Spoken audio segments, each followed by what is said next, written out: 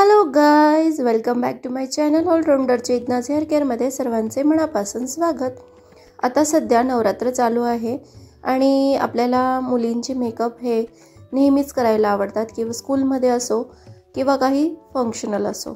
तर इथे आज मी एक दुर्गा मातेचा किंवा आपण हिला कालिंका मातेचा मेकअप लुकसुद्धा म्हणू शकतो। जर तुमच्याकडे ही छोटी मुलं असतील तर हा मेकअप लुक तुम्हाला नक्कीच उपयोगात येणार आहे। सर्वात आधी मी क्लीन करून घेतलं, कॉन्टरिंग टोनर मारून घेतलेला आहे आणि त्यानंतर मी आता कॉन्टरिंग करत आहे। इथे मी डार्क टोनचं कन्सिलर घेतलेलं आहे आणि सर्व फेसला फेस कट करून घेत आहे, कारण मला थोडासा ब्लॅकिश लुक करायचा आहे। इथे मला पूर्ण ब्लॅकमध्ये कालिंका मातेचा लुक नव्हता करायचा, थोडासा नॉर्मल असा त्याला सिमिलर येईल असाच लुक मला इथे करायचा होता। इथे मी हळदी कुंकवाचं मळवट भरून घेतलेलं आहे। ते तर तुम्हाला माहिती आहे, सोपंच आहे, त्यामुळे इथे मी व्हिडिओ तो दाखवलेला नाही।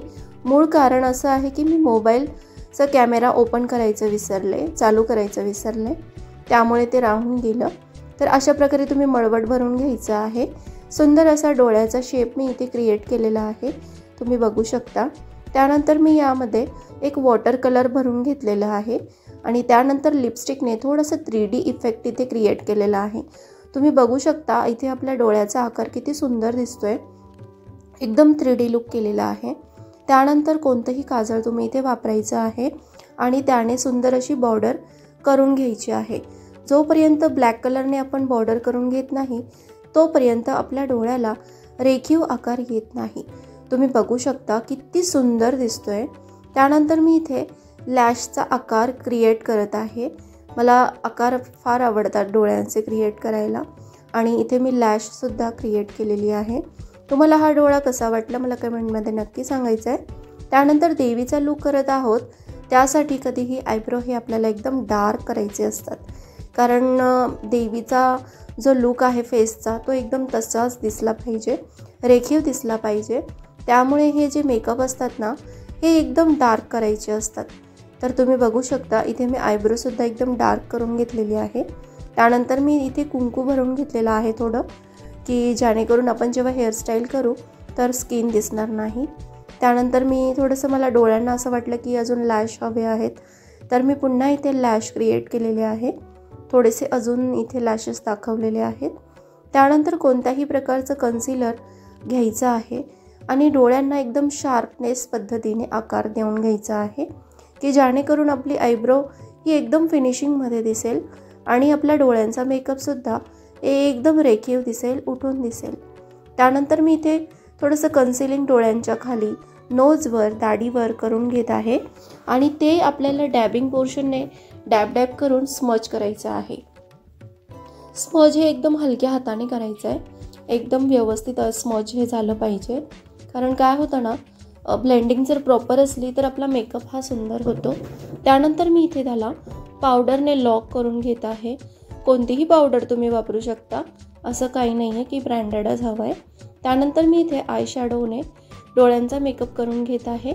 ब्राऊन कलरने कट क्रीज एरिया कवर करून घेते आहे। त्यानंतर मी ब्लॅक टोनने सुद्धा थोडंसं ब्लॅकिश करून घेणार आहे, कारण की डोळ्यांचा जो आकार आहे ना तो एकदम सुंदर दिसेल, तुम्हाला दिसत असेल, तुम्ही बघू शकता। मी अशा पद्धतीने इथे आय शॅडो क्रिएट केलेला आहे।